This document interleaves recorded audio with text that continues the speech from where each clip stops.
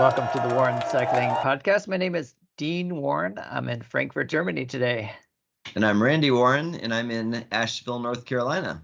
Yeah, this is the Tadej Pogačar show today. We're going to focus in on what we've been discussing before we start recording, like the greatest road season ever, or one of the best road seasons ever. I mean, where's the we need to honor Tadej Pogačar's season because it's something that I don't think. Well, maybe he could repeat it, but it's something that's not going to come on. Before we get too far, though, this is episode 372 of the Warren Cycling Podcast. Episode 372 is the 5th of November. It's Election Day in the United States. And Randy's got his I voted sticker on right there. Yes. So this episode is going to be brought to you by the Warren Cycling Camp race. How do you describe it? Is it a camp race? It's in Sardinia next spring. It's an experience, a once a lifetime experience. Stage race camp, yeah. So it's both. It's racing, but it's also in Italy. We go over to Italy. It's a 10-day camp, and it's unlike I've not seen anything else like this. You're actually embedded into an Italian cycling team. So we go over to fly into Rome. We go up to Tuscany. We spend 3 days there, training, team building, soaking in natural hot springs, and then we go over to Sardinia, and the rest of the team joins us there. And it's the Maxelli cycling team. Maxelli, 14-time Tour de France racer, Italian national champion. So we have a team that race for. We race in Team Maxelli kit. Even after the race, we've got a Maxelli tracksuit that we wear and stuff too after each stage and stuff too. So you're really a part of this team. We have a soigneur who's a former World Tour rider as well, and other support personnel. And so you would do a 6-day stage race in Sardinia too. It's an international stage race. So we train in Tuscany, go over to Sardinia, and do a 6-day stage race there too, and you're actually part of the team. So, and it's all levels of ability. So we have people on the team who are placing on the podiums. We have people on the team who are just having fun each stage, completing Stopping them. and having the wine and cheese at the stops, right? Yeah. 1 year, right? Yeah, that's a story I like to tell. 1 year, one of the guys on the team that came with us too from America, he said, today the wine and cheese was particularly good at rest stop number 2. And I'm like, they have wine and cheese at rest stops? Because I'm racing this too. I was on the podium in 2023 last time we went. And so they have bottle hand-ups too. So I just go by the feed zone and grab a bottle, and then that's it. That's all I ever see. But Roger, he apparently stopped, and they had more than just bottled water. They had wine and cheese at some of the rest stops. So you can enjoy it at any level you want to. And Roger thoroughly enjoyed his trip. It was one of the best trips he ever had in his whole life. So you can be a casual cyclist. You do need to be fit, though. You can't be non-fit because it is still 10 days of riding your bike. So but your level of competitiveness could be from a very relaxed level of competitiveness to a very, very high level of competitiveness, and you'd still enjoy this trip. And the coolest thing is that you're really soaked in Italian culture the whole time. All right. Well, more information, just go to warrencycling.com. Yeah, exactly. Yep. And click on the 2025 Giro Sardinia stage race camp link. All right. Well, one racer, the one we're talking about, Tadej Pogačar, I think he especially enjoys racing in Italy. It was his first Giro d'Italia, though. He's already won a lot of races, like most everything you can win in Italy, I think. I think he's raced in Sardinia, actually, maybe, because they've had a pro Tour Sardinia at times. I think maybe early in his career he might have done that race once, if I remember right. Yeah, well, he's had a lot of success there, but of course he's had a lot of success everywhere he's raced, but especially 2024. I mean, I'm looking back, and he had 58 race days, and one of the race days, though, the race didn't finish because it was that race that got stopped because of the dangerous rain. So you kind of throw that one out. So it's really 57. And right, you see a race starts, but yeah, you're right. Yeah, they count. And then I took away, Grand Tours. He had 42 Grand Tour stages because he did 2 Grand Tours, 21 days each. That's 42. So you take 40. So that's really 15, right? Race days besides the Grand Tours. Okay, well then Volta Catalonia. That's a 7-day stage race. Another stage race. So when you're racing stage races, you're not racing the same as a 1-day race. So I'm knocking off those 7 days. So that leaves what? 7 days left. So he only did 7 1-day races this year. And he won how many of those?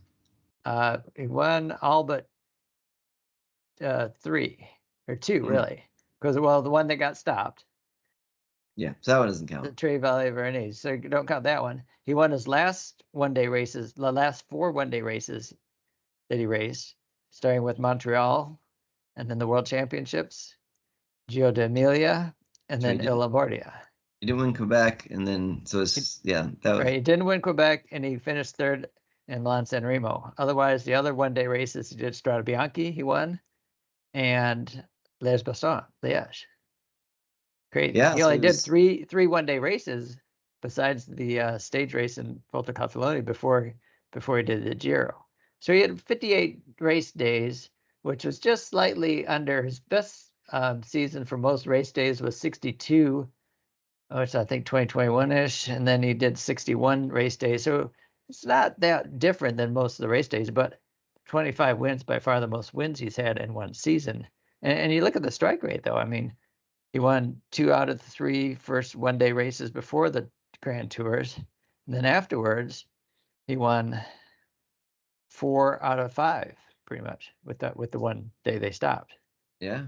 It- And the season, it's hard to just say too, phenomenal. because what could have been even, he could have went to the Olympics, and he said he was tired, but so Remco said he was tired too, and Remco took a day or two off, and then he won both Olympic road race and time trial, and that could have been Tadej. I don't know if he would have won the time trial, but he definitely could have won the road race. But then Yes. if he did do that, would he been able to win Lombardia? It's hard to say. It's just hard to say. But Yeah. certainly he has potential. I mean, if he was there, you'd think he has a chance to win it. Sure. I looked back at a bicycling article, bicycling.com. Bicycling was one of the first bicycle magazines that I first started looking at because it just has more for a general cyclist, I guess, not so much And a mass race market. news. Yeah. Yeah, the mass market, but it was popular cycling. It had some stuff for races and that. Yeah, there's still good Yeah. stuff in it. Yeah, And I mean, this it's not I like think their feature articles are the best thing about them. Their informational articles are just really little tidbits about things, but they've done some really good feature articles over the years. in March though, or March, April. I guess it was after the Volta Cataloni where he came out. I mean, winning Strade Bianca with a huge attack, 80-kilometer solo, 81, and then he just so dominated the Catalonia race. I mean, I've gone to see that race almost more stage races than any other, I think, in person. And I did see the last day, and even the last day, he's trying to set up teammates to win the stage. It just didn't But work the out for teammates were them. trying to set him up to win the stage. Yeah. So he thought, I'll just win it myself. But he took 4 stages there. I think he could have taken even the first one. Stevie Williams didn't. He got off the Israel Premier Tech made some nice moves at the end to get Stevie Williams. But I mean, 4 stage wins there just really obliterated the field to win that dominantly. Yeah. But the Bicycling magazine thought, oh, maybe he's come out too hot, that he's going to fizzle out later in the year, and there was no fizzling at all. I mean, I think there's a couple facets. The strike rate we're talking about now, how many races he started, how many races he won, which is pretty phenomenal. I mean, racers nowadays are a little more selective in much what more the so race. than used to be. Okay, a little more, much more, very, because they focus their training a lot more to be prepared for the races. Where in the older times, they would you train by racing. Yeah, you just race. That's how you get shape. I mean, my biggest season ever was 107 races.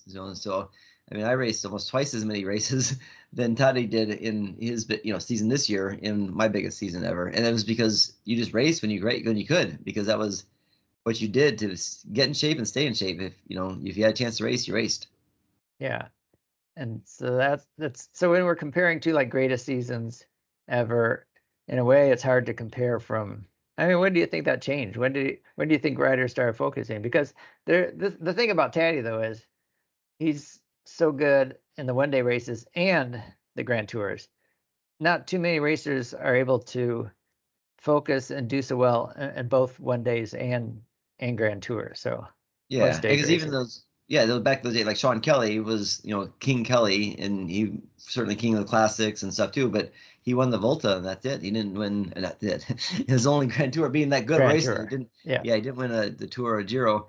And he was dominant. I mean, I remember when he retired, they were on a 3-year cycle for UCI points, and they said that he didn't have to race for a whole year, and he still would have been first place because he was that dominant of a racer. But it was not because he was winning Grand Tours, and he was doing well in Grand Tours, but not winning them in other ones too. But then again, he just raced so much more, and he would win shorter. Like he won Paris-Nice 7 times, I think. So Sure. shorter stage races.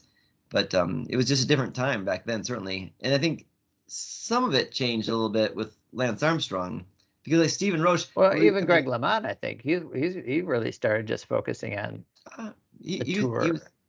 He was a pretty good classics rider, though. I mean, he was fourth in Paris-Roubaix, and he did well in some other classics too. I think if his career wasn't cut short, he would have done a lot more in terms of classics. And he won world championships 3 times, I think twice as a senior and once as a junior. Yeah. So he was a little bit more, a little bit towards the end, certainly. He concentrated that more too. And I think, though, in my mind, at least, it seemed like Lance Armstrong was one of the first people, because Stephen Roche was going to say it real quick again. So Nico Roche said that his dad just raced when he was in shape. He raced, he did everything. So that's really, he didn't really plan on winning the Giro, the Tour, and the World Championships, but he was in such good shape. He's like, well, I might as well just go to Worlds, and he didn't even think he was going to win that. He was trying to work for Sean Kelly, and then he ended up, getting the win there. So, but just because he was in good shape. So it was a little bit less selective then. If you were really fit, you did as much as you could and took advantage of the fitness. Where now it seems like it's much more like you purposely get fit for very specific things, and then you don't do as many things. Even if you are in good shape, you do a training camp instead or something to make sure you hone that fitness for the specific goals you have. And that's one thing that Lance was criticized for a lot, is that after the Tour, he'd just stop racing because he was more focused on making money from the sport. And so since he was making the most money by being a Grand Tour winner, a Tour de France winner, really, he didn't really care about the other Grand Tours because the world's focus was on the Tour de France. So I think that was kind of part of the beginning, at least in my mind, of the shift to being hyper focused on specific races.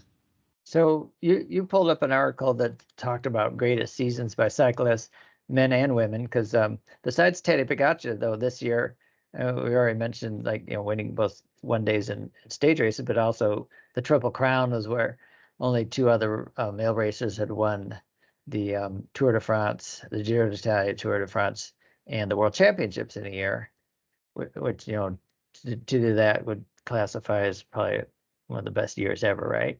Oh yeah, for sure. Yeah. So, but he's the only male rider ever to do that and win a monument in the same year as well.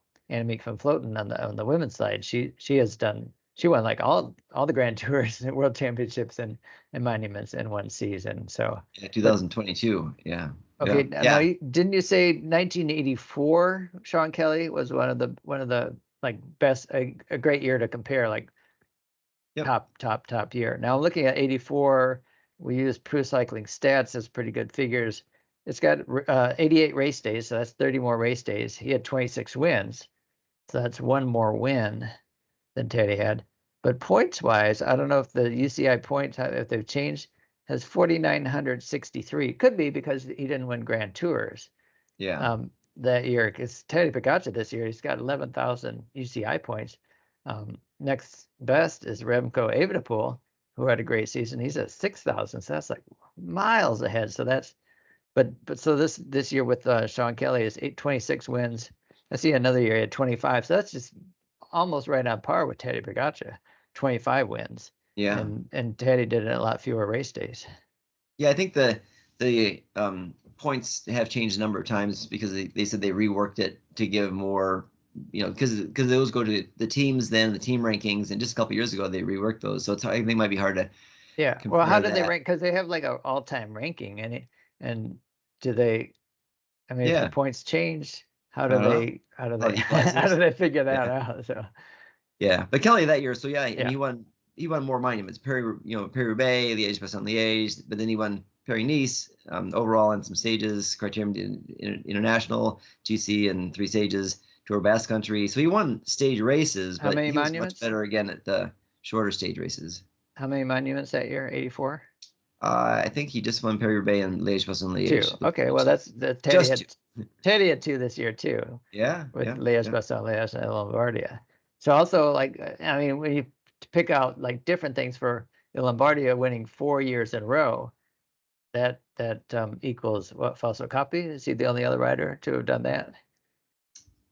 Perhaps in Coppi, yeah, we talk about Coppi's career too being cut short by the World War II too. So it's tough because like Coppi and Bartoli were dominant racers in their time, and they at the same against time each against other. each other. Yeah, and also they had World War II in there too. So it makes it different for sure. And then back then too, I read both Coppi and Bartoli's biographies, and racing was just different back then too. Like you represented your country in the Tour de France, so you had to be chosen. And so Coppi and Bartoli didn't even always go to the tour together because they were afraid they wouldn't support each other. They'd be racing against each other. And so it was a different world back then too. But both those were dominant racers in a lot of ways. And Coppi was just a little bit younger, so he was a little bit after Bartoli. But so does he have one season though that stands out? I'm gonna look at.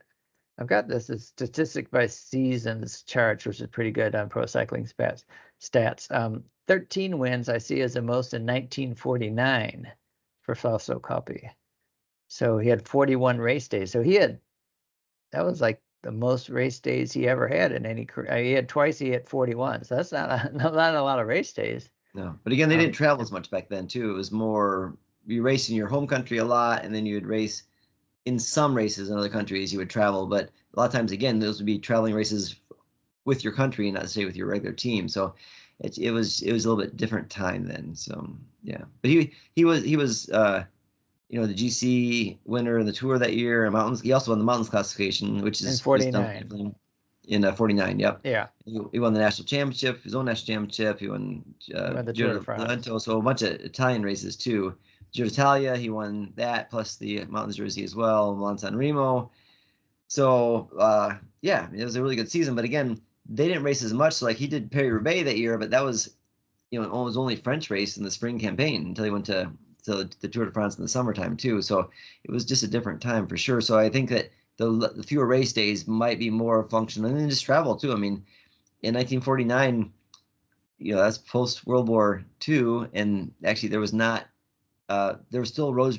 Here we had Helene come in and destroy a lot of our roads here, and it'll be a couple of years till they're all repaired and stuff. My understanding is that after World War II, there was a lot of that too, because the war was massive. I mean, it covered much more than what Helene destroyed here in North Carolina and Tennessee. But in World War II, I mean, there weren't roads a lot of places to have races that they used to have and stuff too. So the number of races that were going was far less too than maybe it was before the war and that too, or certainly nowadays. So, but I think that's going to be pretty high up there for Fausto Coppi for 1949 season. He won the Giro, he won the Tour, he won Milan San Remo, and did he win Lombardia and third. Yeah. So he won a couple monuments, 2 Grand Tours, third in the world. So that's a pretty good year, yeah, too. Yeah, and again, that's pretty awesome. Especially because he didn't do as much traveling then too. And the World Championships that were in Denmark, so it was a long, longer trip. But right around the they same were time. In Denmark, not only long. Fausto Coppi was a good climber, and he wouldn't be able to use his climbing prowess in Denmark for sure. Exactly. Yeah. Yeah. He was. He had a decent sprint. So, but he was really. I mean, like in his Pro Cycling Stats profile, they say his one-day racer was what he was more of than anything else. But I think his GC was really high. He was a good time trialist, a good sprinter though too. So he was kind of more of a Tadej Pogačar rider in terms of being able to do more types of things than just being a GC rider who can win a hard. I mean, you think about Tadej, he's attacking so far out, but like in the stage where he and Jonas, they battled out right to stage finishes in the Tour in the mountains, and he lost one, but he won 2, right? So that's. I was surprised in that really. When they came to the line, I was that.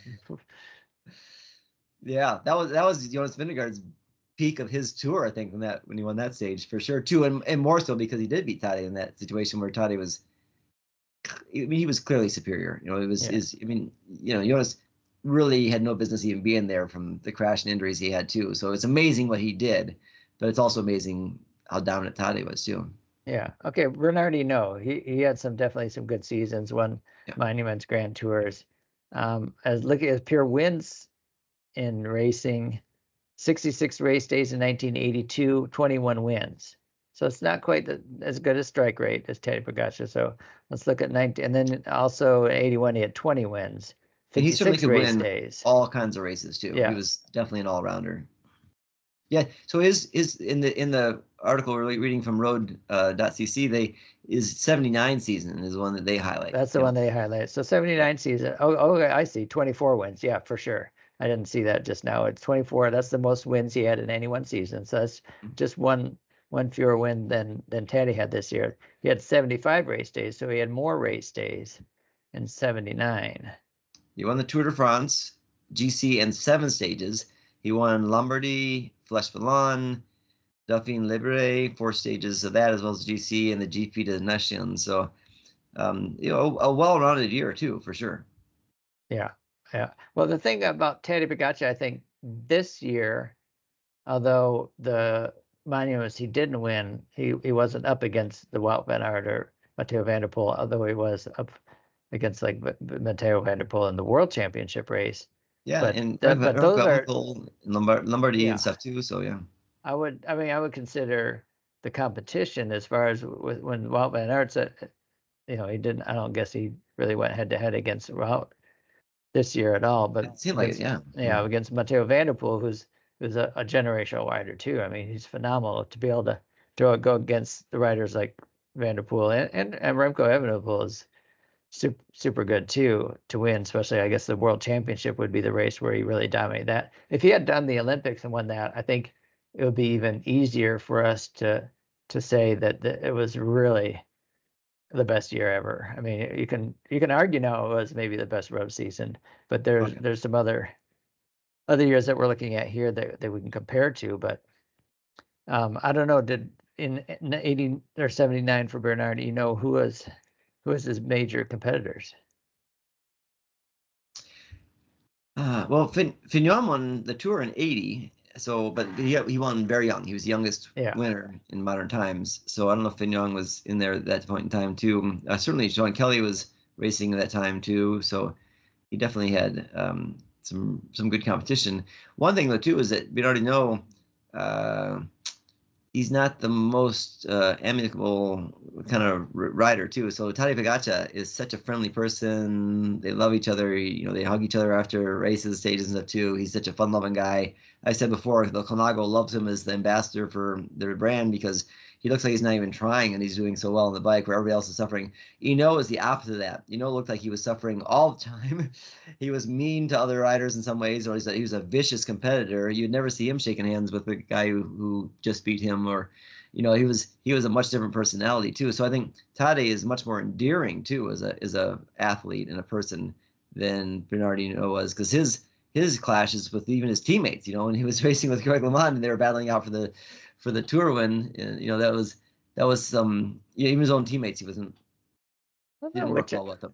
Which article, when I was trying to get as much information about Tadej's year this year, was echoing that how amicable he is, and just even from a fan's perspective, I mean, we feel like we're witnessing history when we see him racing, and I know Sean Kelly's complaining about how boring it is to commentate when he's racing, and you said, I think before we recorded, that Tadej doesn't even watch his races before because they're kind of boring because he's winning so dominantly. Yeah. But at what point will it happen that people start to get tired of this domination and start to maybe go, I don't know, I didn't say go against him, or look for maybe more root for the more underdogs and not root for him to be so dominant. Yeah, I think it'll happen for sure. Yeah. Well, I'm looking at the 79. So with the Bernardino's great season of 24 wins, he was 7th at Milan San Remo. Roger de Vlaeminck won that year, and he was one of the best classics riders ever. So he wasn't going against the Roger de Vlaeminck. Yeah, and Joop Zoetemelk was the runner-up in the Tour that year too. So were they a little bit older though? Were they more towards the end of their domination? Was just coming on. Yeah, well, I said I misspoke. I think, 'cause I said Fignon won 80, but he didn't win 80. He won 82 and 83. Right, or 83, 84. Because he won 83, 84. Yeah. I think 84 was again, but Zoetemelk, he won in 1980. So Yeah, and that was so. And when he won 80, won 78, 79, 81, 82, 85. Oh, so 83, 84 must have been then Fignon. Fignon, yeah. Huh, yeah. But the crazy thing too, I was thinking about Tadej Pogačar. Besides that crash where he broke his wrist or bone in his hand and Les Bassales, which could have added another monument and maybe derailed his winning the Tour de France that year. He's been pretty fortunate staying as healthy as he is. Most of these other top raters, and Bernard Hinault had knee problems that took out some of his years. Eddy Merckx had that horrible Derny crash, which he would have been even more dominant, but then also he got punched towards his career too. So he had injuries, and he said he was never the same after the Derny crash. No. That was a massive crash, and his best racing years was after that. And he said, I was never the rider that I was before that crash. Then, you know? Yeah. So, in a lot of ways, like Le Mans, after getting shot, he was nowhere near the rider he was after he got shot. Even though he did win another tour after that, won 2 more tours after that. He was still never the rider that he was before that. So you kind of wonder what they'd be like. So you're right with the and Fignon. I mean, I don't think he would have been as great as some of those others, but he would have been probably much better without his injuries as well. Yeah. So definitely, it's hard to get away with not having. Right. I mean, look at even Chris Froome. Maybe he could have won a 5th tour if he hadn't had his bad crash. Right. It almost seems certain that he would have won the 5th tour if he didn't have that. So it's hard to say. You know, he was so dominant at that point. You know, in the tour.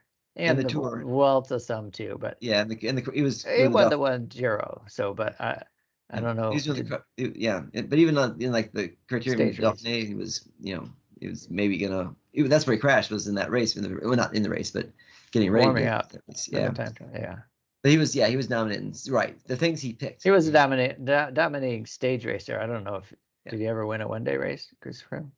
Oh, actually, I saw something about that not too long ago. I think he won one or something like that. It was not very many. And he blossomed later. When he was at Tadej's age, when Tadej was winning his first Tour de France, Chris Froome was like racing for Barrow World or something like that, and barely making a mark. So he really blossomed later in his career, more towards the traditional, what we would say traditionally, like when you're 27, 28 is when you peak out. But now we've got these people that are peaking out so much earlier. Chris Froome started at Barrow World back in 2009.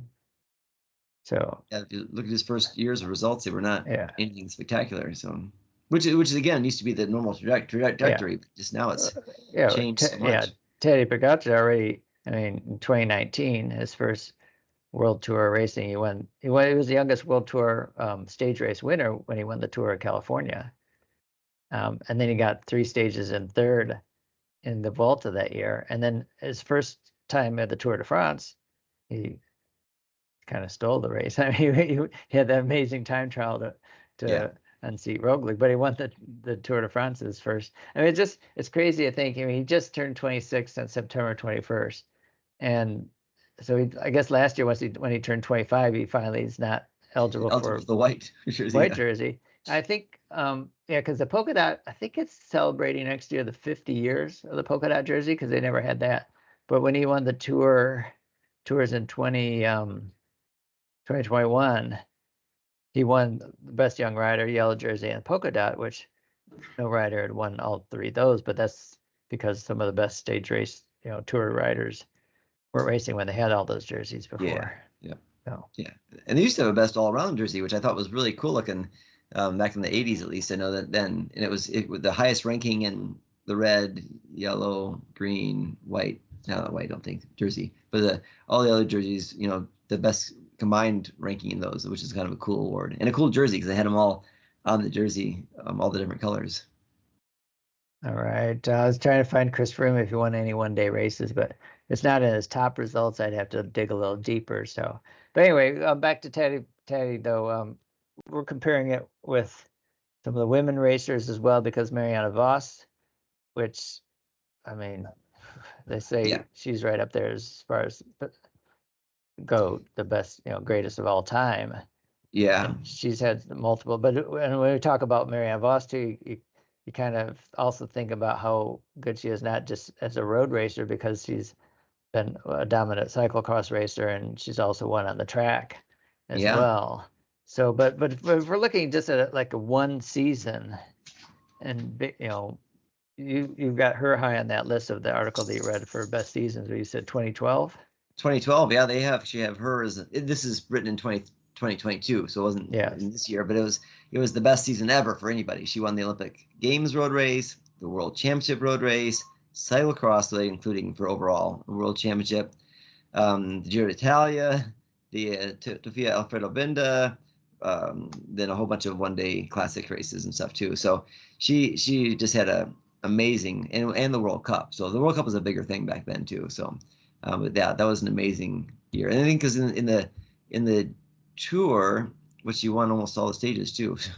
It was the Giro d'Italia Donna, so the women's Giro d'Italia. They didn't have the women's Tour de France that year, but she won the GC in 5 stages of it too. So she was pretty dominant that year for sure. Yeah. And then think about it too. That was 2012, and she's still winning races, right? She just won the gravel World Championships. This year, 12 years after that year, she's been racing for a long time at that level, which is very unusual. I mean, you look at Peter Sagan, who was, dominating races, not overall GCs, but points races and classics and everything else too for several years, 3 world championships in a row. And then towards the last parts of his career, just kind of tailed off.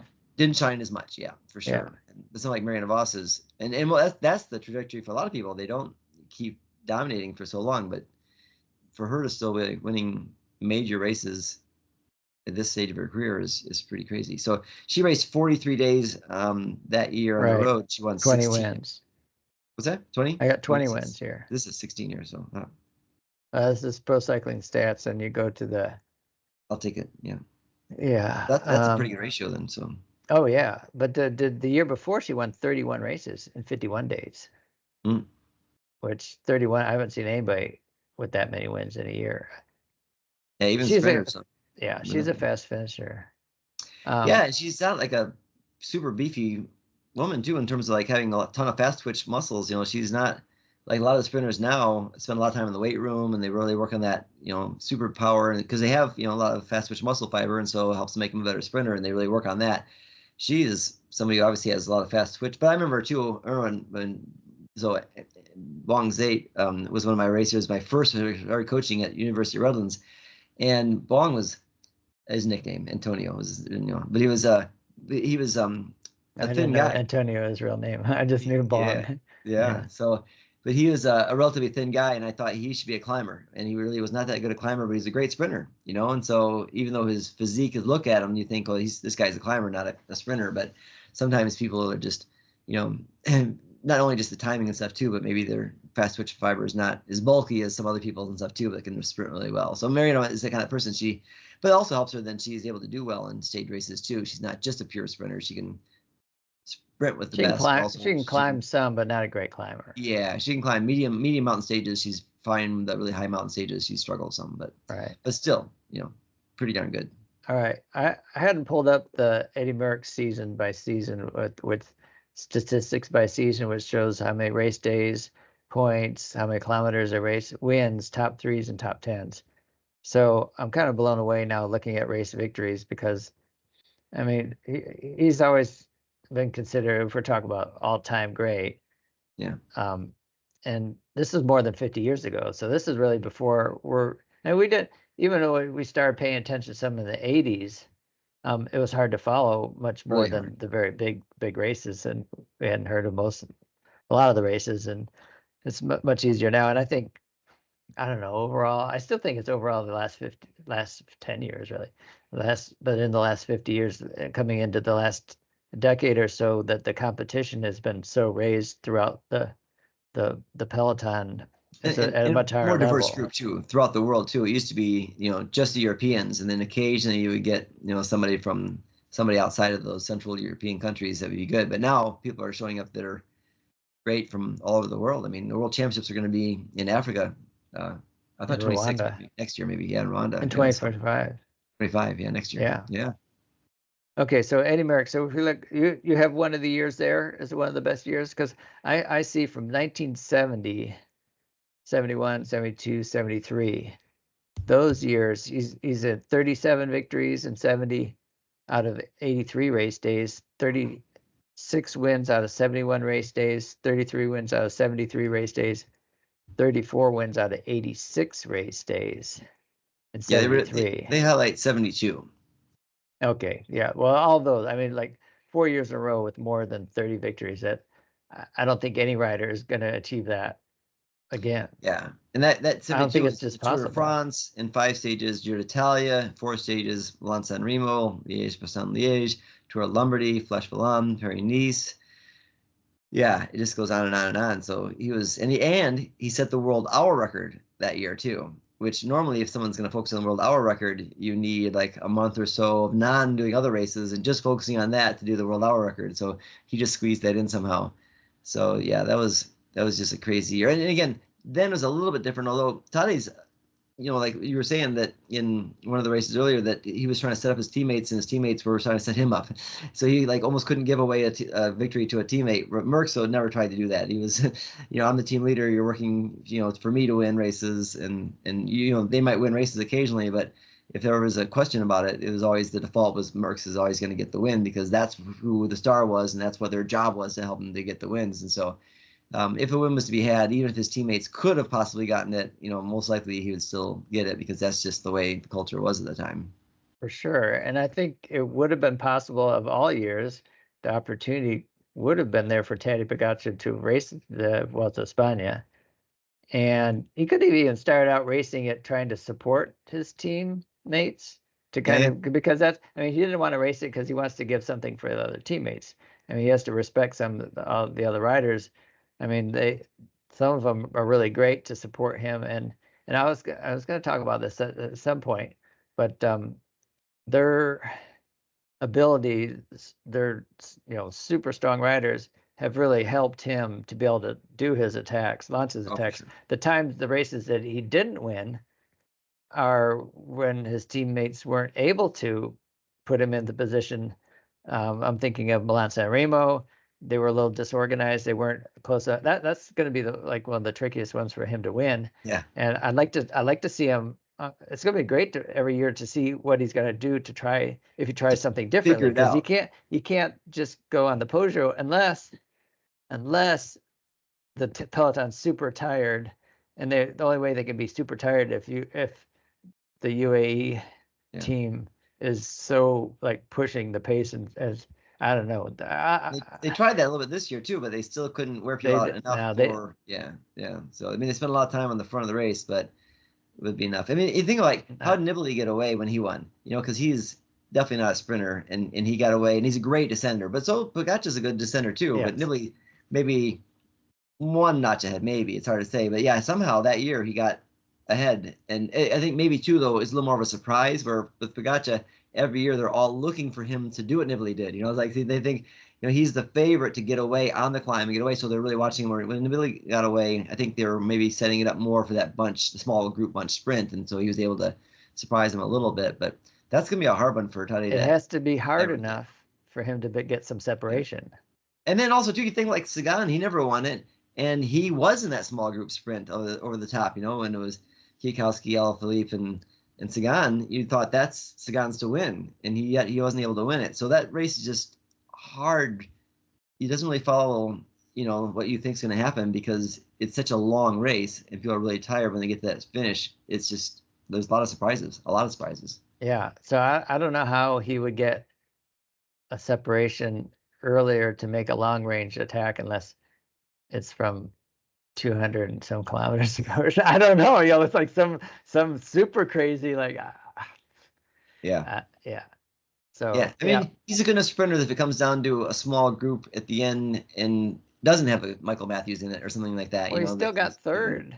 So against some really fast finishers in this year's Milan San Remo. But to win though, it's a tough one. Yeah. And it's different a little bit too because it used to be there was more sprinters that would make it to the finish. And now pure sprinters don't usually make it there. Mark Cavendish kind of sprinter is not usually going to be there at the end anymore. No. So, that's a tough one to win for sure. Right. It's like in some ways the simplest race, some ways the hardest race. Yeah, it's going to take a really strong team effort probably to get him maybe in the right position. And he didn't have that support right where he needed it the most, I think, this past year. But then also in the first stage of the Giro, he was a little out of position on that climb. Yeah. And he didn't have like the team setting him up there where he could have maybe won that too. But then we're talking about like Eddy Merckx, expecting him. I mean, he's not giving his teammates chances. He wants to win everything. Tadej Pogačar tried some to help teammates get wins, but it didn't work out. And then they put so much effort. He wants to reward them to win. Yeah. I never saw him as being greedy in winning. I mean, I agree that his team's paying him to win. Mm-hmm. It's not like, okay, did you see the what's the Sultama Classic? I did see that. Did you see that? Did you see the highlights? I watched the highlights. Oh my gosh. I actually watched. I wanted to see the more of the race, so I watched the beginning, then I watched the last couple laps. The last 10K or so like that. Did you feel like they were even trying? Oh, not at all. I mean, It it's looked all like scripted, it was raining. It was raining, and they went through a building, so they were going from dry to wet. Yeah. But you don't want to get hurt there. I was talking to one of my athletes about it. I'm like, they should at least make it look like they're trying, because it didn't look like they were really. It looked like they weren't trying. So. Yeah. Well, Roglic braking to make sure that Gourmet won at the end when he was ahead. He had to so at least Roglic he learned from the Vuelta that how to help someone else win when when he could have the win. Yeah. So it was. But yeah. But you see like Cav was great. He got second, and he was like he had the great face, and like he was really working hard at the very end. Yeah. And everybody else was kind of like, so yeah. And Cavendish is supposed to win in his last race in Singapore. Oh, his last race coming up in Singapore. So, yeah. So there's showmanship for sure. Sure, but Teddy he has a really strong team. They set him up. I mean, even in the World Championships. Yeah, and so much stronger now than it used to be too. You think about what UAE was when he first got there. There wasn't a lot of support, but they've built and gotten. I mean, they have a huge budget, obviously. So they're able to, and they have it's not just the budget too. So sometimes the team has a ton of money. I mean, look at Ineos, and there was some people that fit into that mold pretty well, but a lot of people didn't. A lot of people got in that and said, I'm not going to stay here.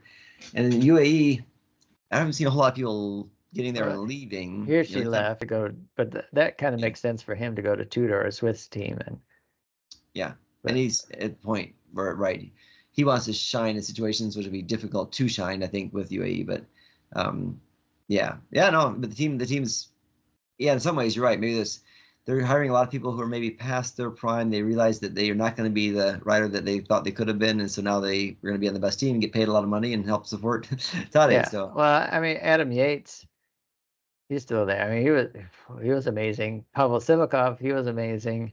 Yeah. Rafael Micah, I mean, he was there for him. Yeah, Micah for sure. McNulty's got his chances to shine some too, but at the same time as when he's had a great year, his best year ever, really. So, but for sure. At the same time, when he's with Tadej, he's racing for Tadej too. I mean, there's no illusions that just because he's having a career year as well, that he's ever going to get a chance to do anything other than when he's, designated to have his chance. Yeah, but I think it makes sense. I think everybody understands it. But the strange. Well, okay, the other time UAE wasn't harmonious, where Tadej could have done better was at one of the first climbs at the Tour this year when was that Maida or no, it was Ayuso. Ayuso. Yeah. Right. That seemed in the back of the seemed like he didn't necessarily understand his place at the time, how it was going to work out. Well, he's like 19 years old too, right, or something like that too. But no, he's a little older now. Older now. Yeah. They're right though. You're right though. And then so there were a few hiccups and a few times where he would have been even more dominant as his team functioned, to where they needed to. So, which okay, next year's Tour de France, looking ahead a little bit. Actually, let me say this about Tadej Pogačar. He has shown before some weaknesses, like forgetting to fuel, and maybe that's what happened when he lost to Vingegaard. He wasn't totally fueled up that day. Well, and the other Tour stages in yesteryear where he failed much bigger. He has bothered him before, but he's like This year seems seemed to to kind of focus. Yeah, it solve seems that like a little bit more. yeah. So, and he's 26 is really when I was looking at like the top racers. I don't know what stats they had. In the 26 age is when the peak or the best race Starts. years. Yeah. Usually it So starts that 26, point. or yeah, or those are their best years at 26.2 or whatever, 26.3. So yeah, so hey, it could be even better, or he could have bad luck. Something could happen. Who knows? So that's Yeah. why one reason I wanted to talk about this year, because it was really remarkable. It's really, I mean, I remember. Okay, so I didn't race that much. I raced a little bit when Taylor raced. It was a Cat 4-5 race. Um, I got away on a climb. Actually, I was with another guy. He felt going back to the group. They didn't know I was still up there. I won solo, so it was like my best win. It was my only, only a solo win, like 19 Yeah. kilometers, and there was no one at the finish line for my family because Taylor was racing too. And then so when I crossed the line, I didn't really even celebrate because I was like, oh, there's no one here, no one take my picture. But I always like, oh man, that was any race win should be celebrated. Oh, I for was sure. like, yeah, and so that's why I wanted to just kind of celebrate this remarkable season, because I don't know when, maybe we'll again, we'll see a year like we have, especially in modern cycling now, where Yeah. performance is so dialed in. To see someone that's got, I mean, Roglic is saying he has an extra gear that he doesn't have. Pogačar Well, has an even a extra year gear that, ago, at this point, we talked about Jumbo-Visma and oh yeah, because how that was historic. such a dominant Yeah, year. They won all 3 Grand Tours, yeah, and they were gonna dominate for years. And then now this year they struggled with some. It wasn't their best year by far. So you're right. At this point, it looks like Tadej could keep doing this for another 5-6 years. His contract goes another 6 years. But you're right. It could be over now. Next year could have a mediocre year. You don't know. no. You'd like to think that he's going to keep doing this, but yeah, it could be vastly different each year. It changes so fast a lot of times. Yeah, and I know we always like, I know when we're doing our podcast, even a race will finish and we'll like talk about it's great, but what we're doing next, we're What's looking at, next? yeah, what's next, what's next, what's next. So this is a chance we can kind of look back and just, wow, I almost should have taken time to watch these great days. Boy, I'm in Frankfurt today. I got on the road. It was in the 40s. I live in Florida. I can still ride in the 70s and 80s now without. So I had to bundle up, and it was cold. It was gray, and it's dark early. So yeah, it would be fun to rewatch some of these races because they were spectacular. I mean, for him to go, Strada Bianchi was amazing, 81 kilometers. And I mean, the World Championships, that's the one I really should watch again more, because I was there and not able, I did go watch some of it to see what was going on, see if I could see me in the crowd too. But the dynamics of that race, wow, it was just crazy that he pulled off something that wasn't necessarily just because he's so much stronger, because he was just holding them off, but Yeah. they could have reeled him back in if they had maybe done a little differently. The Right. I think at a chasing better groups, coordinated effort and stuff. Yeah. yeah, Yeah. and so, but he pulled it off. He won. So Yeah. yeah, Yeah, crazy. and I actually, mean, it seemed like it was thoughtful too. Like the fact that he backed off some before the last climb and then reaccelerated in the last climb. It wasn't like he was just going hard as he could all the time, and then because that could have made it so that last climb killed him. Instead, that last climb sealed the deal. So he's becoming a more intelligent rider, not just because he's so much stronger, but he's also smarter in some ways too, or smart at least in how he expends his energy and does things too. So right. Even though he I called think it a stupid another point though. attack. You were saying though too in terms of like celebrating the moment, which is good, I think too. And I tell my athletes that a lot because I find the same thing with my own racing. As soon as I'm done with the race, I'm always thinking what the next race is, even if it was a big win. And so I was trying to make sure my athletes, enjoy the process of training for things, and then also too, they hit milestones, celebrate all those little milestones, and that. And then when they do have a big success, make sure that they really enjoy that success and appreciate that it took a lot of work to get to that point where they can have that success, and then to make sure that they don't just look, well, what's next, but they, say, I'm just going to enjoy this. I'm so proud of myself for doing this, and happy it worked out well. Because even when you do everything right, it doesn't always work out. So it's something that you really should be happy about and celebrate. And then you take a breath or two, and then maybe you also think about what's coming up because you want to keep doing things in that, but you don't, like I ran across a national championship jersey today when I was putting away jerseys, and I was thinking, yeah, I won that when I was 60, which is only 2 years ago, and I kind of thought I'd win another one the next year, and I probably should have, but I had a bad luck in the race and stuff too to win another one. And then this year I was second, but I didn't win again, So I was like, that jersey, it's not, even when you're pretty good in terms of your peers and stuff too, it's like it's never easy to get, at least not for me, not in my situation. Yeah. So it's like you really need to enjoy those times when you do have success. I think some of the reporters also talk to the racers after they win and already looking ahead to the next race of that. And sometimes I hear a lot of them say, I'm just going to enjoy this now. I'm not going to think about it, and we're going to have a big celebration and enjoy it. So I think sometimes they do have the right mind and right focus in that, because I think they do know. It's hard. It's hard. Yeah. I mean, I just kind of thought a little bit about our favorite football team, the Detroit Lions, because last year they had a super successful year, won playoff games like they hadn't won, were halfway to getting to the Super Bowl, which they've never been to. Yeah. And then afterwards, the coaches are going to say, I don't know if we'll get here again, because it's so, you don't know. So in a way, you want to celebrate, wow, we did so much this year, might not get there again. They're looking pretty good so far this year, but you still don't. I mean, things could happen. Well, they've had so much happen too. There's so many injuries, and yet they've built a team that can withstand all these injuries.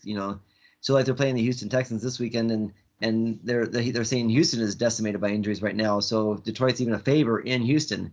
But I'm thinking, wow, Detroit has at least as many injuries as Houston has had, but they're just more right now a better built team. Too, probably.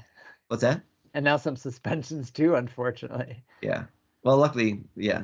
But anyway, so yeah, right. It's like you never know, and so there's enjoy every game, And I've been lucky too, again, because you're saying more access to races all over the world. I've been able to get most of the Lions games, through one app or another too to watch, which is unusual too. So we're getting blessed in a lot of ways, aren't we? Yeah.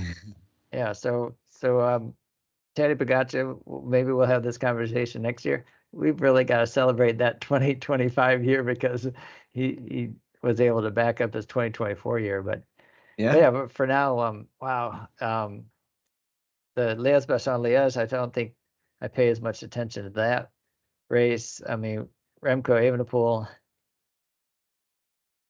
it gets to a point where there's like in Lombardia, the UAE puts on so much pressure when Teddy goes. There's like pretty much no one else, even the top riders aren't able to. World Championships is a little different because you had not the UAE, you had Slovenia, which although UAE helped them out. Yeah, that's right.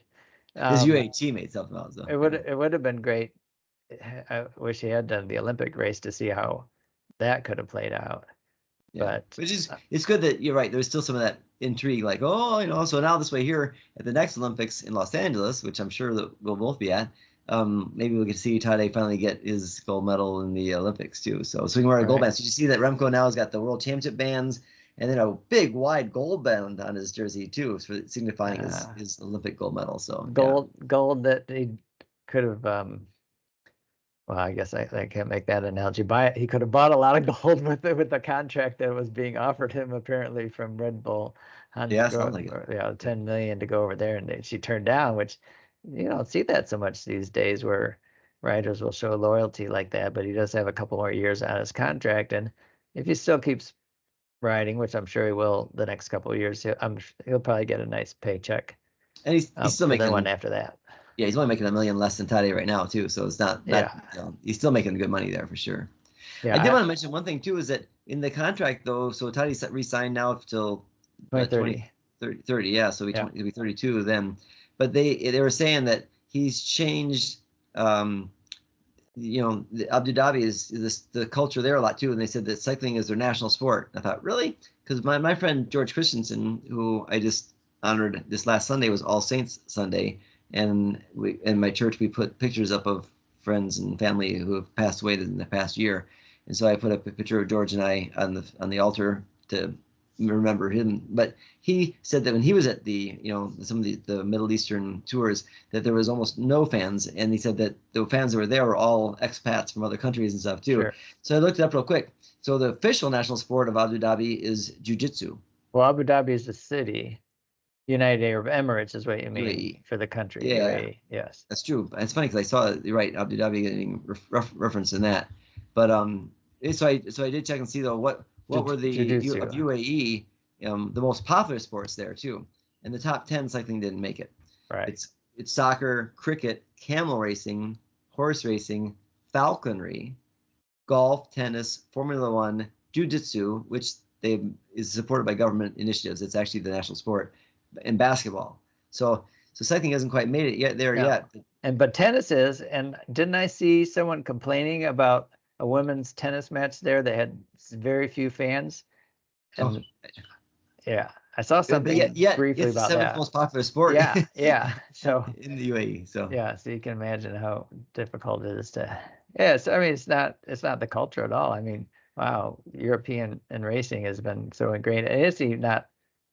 I mean, soccer is still way above anything. Yeah, and it makes sense too because in Europe there's cities that are compact and they're close together, and so it makes sense you ride a bike anyway just to get places for transportation, that kind of stuff too. When you're in Abu Dhabi of the UAE, it doesn't make much sense. They are building more cycle tracks and bike paths and more infrastructure to support cycling, but for a lot of that, it doesn't make sense. It's desert communities, So Abu Dhabi you put air conditioning on a bicycle. Yeah, it's a dense city, but it's not like it's it's not easy transportation. Like you're going to the next city, and it's like it doesn't really make as much sense too. So soccer, they probably have indoor stadiums and stuff too, and cricket indoor stadiums maybe too, and that too, and that's more of a Middle Eastern kind of sport too. Camel racing though, that makes sense. Falconry makes sense though too. Yeah. So, but it is something though too. And then there's also the questions about sport washing, the aspects of the government that isn't so positive and stuff too. But it is a lot of money because they were saying that they could have bought out the Red Bull contract. So Red Bull has a ton of money that they could have just with all their money bought out Remco's buyout clause. sure. Tadej is $200 million for his buyout clause because they said they want to make it so high that it just doesn't make sense for anybody, even Red Bull. You have to have more money than we have, the UAE, to buy out somebody's contract. So. Money is definitely changing things, which is good and bad. There's people making more money, which they should. I mean, so we look at soccer players. So if you're on any European, premier level team, you're probably making more money than if you're the lowest paid player. You're making as much money as the highest paid cyclist on most, pro cycling teams. So it's definitely we need to have more money in the sport so that people can make a living at it at more than just the top level too. But there's also too. Yeah, I guess certainly we also don't want to ignore governments that support it as a way to cover up over other things they do that aren't, appropriate too. Yep. There was one thing I wrote down here because Tadej Pogačar is up to overall. I know we're talking about this one great season, but overall he's got 88 wins, and just because we're comparing like some of the other great cyclists that were more Grand Tour, but how well-rounded Tadej is as far as doing classics but out of his 88 wins, 7 have been time trial wins. So he's a good time trialist. Oh yeah, for sure. Yep. 18 classics, what's been considered 18 classic wins, 47 stage wins. So in stage races, which could be a variety of different kind of mountain and that's his emphasis too. And then 16 GC victories. So when you talk about the 88 wins, or even in the season 25 wins, they count. You can kind of double up in a way because you can win a stage and win the overall, and so you get 2 wins there. So you got extra wins. People do win stage races without even winning a stage, and he's definitely not that kind of racer. He'll definitely get as many wins as he can. So he's not just tactically going for the GC win; he's going for the stage wins and on his way to the GC wins. Yeah. So for him, this great season was big number of victories, 25, monuments 2. Grand Tours 2, World Championship 1, another stage race 1, and then within the stage races 6 wins at the Giro, 6 wins, stage wins at the Tour, and then winning in Montreal, so he won on 2 different continents. Yeah. And then he won, different He won time like the last time trial at the tour, so he won a time trial there. He won with long range attacks, which is dominant. So he won with panache too. He won smiling and in a fun Yeah. way. So even Yeah. though maybe it's, I don't know, even when I was at Lombardia, maybe because I was biased that I wanted to win to get photos of him, like this with this world championship jersey. Yeah. I was still, I think, wow, that's such strong breakaway group ahead. And then when you got the lead, in cycling, there's still things have happened to riders Oh, for before. sure. So I wasn't like, it wasn't, oh, he's gonna win for sure. It's like, oh, he's gonna he's got these descents, he's gonna, Right. You're holding your breath on some of those yeah. technical So descents. Yeah. so I don't know. It's are they gonna make gains on him or. So even though it was pretty sure, I still wasn't like oh, I can just Right. I can It's look about the away edge. yeah. I still want. I think Sean Kelly thinks that people are gonna go mow their grass instead of keep watching, but um, it's almost sometimes it's fun though, like if you have people to watch together with, and then if it's not. I mean, you like to sit on your edge, like, wow, another tack, another kind of. But then sometimes you like to enjoy the company of the person that you're with, and when there is someone ahead, you can pay attention some, but also have a nice conversation too, and have socialization during Yeah. that time. And that's like watching So a long tour stage where maybe you don't have a lot of exciting stuff happening, but if you have really good announcers, then they talk about things that you wouldn't hear about otherwise too. So having again that conversation or just listening to it is an important part, I think, of me experiencing the races too, because you find out things you wouldn't always get to hear otherwise. So yeah, I'm thinking about towards next year real quick. I have Flow Sports this year, and I like the announcers; they're good for sure. But I do miss Sean Kelly, so I think I might do the HBO Max thing because I think you get the Eurosport announcers then. So I got double check and make sure that that's the case because I miss hearing Sean and yeah, his banter and dryness. his insights and his dismissiveness of people trying to like fluff up the sport sometimes and stuff too. So he's a realist, but he's a fun guy to watch or listen to. All right. Well, just real quick roundup: European cyclocross championships. It was Thibaut Nice. Yeah. Nice. I'm sorry. Nice. Nice. Yep. I know I always want to see these two, but yeah. Yeah, winning the elite men's. So he's still really young. Was he 20, 21, 23? Huh. Yeah, I'm looking real fast. Yeah. I have to see. 21. Yeah, 21. 21. It seems like Yeah. he's been racing for a long time, and I'm trying not. I tried to do the best I can to look at him not as Sven Nice's son. He's an individual. He is because there's so many sons, so many riders who have. I mean, have been pretty good It's racers, but not. hard to live up to your Not to live up. dad. So I like treat him differently. He's his own person. He's coming up, had a phenomenal road season, and now he's a European champion cyclocross. So and that was amazing because it was in Spain, and that Spanish rider was right up there. Yeah. Which you wouldn't expect in LA. Traditionally fast course, dry and fast Right, it course. was a So it's fast a little bit course. different. Yeah. Yeah. And then it was Van Empel won for the women. Yeah. And I was thinking too, because she won on Friday too. I thought, oh, she's kind of tearing it up. And I mentioned that to one of my athletes, and she goes, she had a streak. Yeah, she had a streak of not winning. Yeah. Yeah. Or last year she won a lot more. So, and Puck hasn't raced at all, I don't think yet. So I think we're waiting for her to relax. She had a good road season. Yeah. So, in Missoula we talked about the Pan Americans and Eric Bruner. I wonder, he's always really good in the fast courses. So I wonder if it was a faster course. Eric Bruner won. There you see the day before though, there was two Canadians took first and second, and I think Curtis White was third. And then the next day, the Pan Am Championships, Eric Bruner then won, and Curtis White was second. So, and Andrew Stormrider was third. So and the top Canadian was Tyler Clark in fifth. Yeah. All right. Well, I guess it's interesting to see who's racing right now too. So because you don't get as much support financially doing cyclocross, so Curtis White's still racing, like the two, but different people will be racing or not too. So it's kind of fun to see at this point in the season, you're kind of already committed because it's only 5 weeks out till cross nationals for the United States. So for nationals for most of the world are held in late January, early February, but in the United States it's beginning of December. So it's actually getting close to the point now that if you're not racing at a high level, you're not going to be competing for the national championship title or a spot at world championships.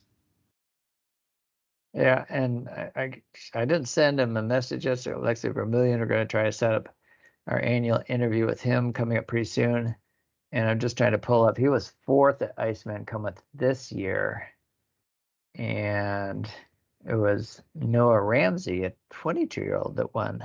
Oh, Ahead of Tyler Orschel and Kerry Werner was 3rd. yeah. So I just make mention of that. Also, too, the women's race, we didn't mention that too, but Sydney McGill from Canada was the Pan Am champion, and then Isabella Holmgren, and they're the Holmgren sisters, right? Does your sister race? Yeah, the twins. Yeah. Yeah, I don't know if you don't see her in the top spots there too, but she was 2nd, and Katie Klaus was 3rd. So the first American was 3rd place, and then Natalie Quinn 4th, and Anna McGill was 5th. So Right. the much stronger Canadian presence in that on the women's side than the men's side. Yeah, for sure. And it's a small field too. There's only 19 people started the race. Yeah, it was in Missoula, Montana. So you're right about like who's got the funds and that to be able to travel. So that. Yeah. So Caribbean Road, I guess the Caribbean Road National Championship race just happened, and Corey Williams won that race. So. Really? Yeah. So Corey was racing Belize. Yeah. He's from Belize. And he was racing in Zurich at the Worlds. I saw him there. So he probably carried over his form from that to win the Caribbean road race. All right, before we finish up, we always like to do birthdays, celebrating today on November 5th, the election day today. Right, you ready to hit the birthdays, wrap this up? I got my right in, so we got to finish because you want to go right. We got to wrap this up. I have to get back. Ben Swift is the top of the list. He's 37 today. And he's still active racer. He's racing with Ineos Grenadiers. I got a nice victory photo of him winning at the Tour of California that we put on that Florida Cycling magazine back in the day when we supported. That was pretty cool. Oh, look at that. I didn't know he raced 1 year for Team Katusha before he went to Sky Pro Racing 2010. So Ben Swift, though, fast finisher. Yeah. Yep. Second in Milan San Remo. I knew he was right up there in Milan San Remo. He was 2nd 1 year, but so he won the overall of the Tour de Picardy. All right, Ben Dennis Swift. Rowe is our oldest person, 63. Not that old, I guess. No, he's a year older than you. Yeah, but he won a stage of the Volta in 1990. So, excellent. And that's probably his biggest result. French. Any Americans celebrating the birthday on the 5th? Erica Aller. Erica Aller, she raced very well in the U.S. many years. Well, I think I closed it already, but I think I was going to see what somebody in my own personal list of birthday wishes. I thought I was wondering if they had any UCI points or not. There was a racer, and I'm trying to think who it was now, but I don't see him there, so maybe not. Check real quick here. All right, I'll look on the Pro Cycling Stats list for any other Americans celebrating today on the 5th of November. Oh no, it's just Erica Kondo today, so she's no UCI points for sure. All right. No, I don't see anyone else for the US. So all right. Yeah, this is great talk about the great season Tadej had today. And remember to go to warrencycling.com if you have interest if you want to race about if you want to race in Italy. Next year it's going to be another great year of racing for sure. And I guess if you're over there, maybe you can extend your trip and watch some other races, right? In Europe. Yeah, for sure if you want to. So last year we actually spent an extra day in Rome, so that's certainly you can do it too. I don't think we mentioned the dates though, but it's April 22nd to May 2nd is the camp, and the races are towards the end of the camp too. So it's right near the start of the Giro d'Italia. If you want to do but also, Romandy races right around the end of April too. Tour of Romandy.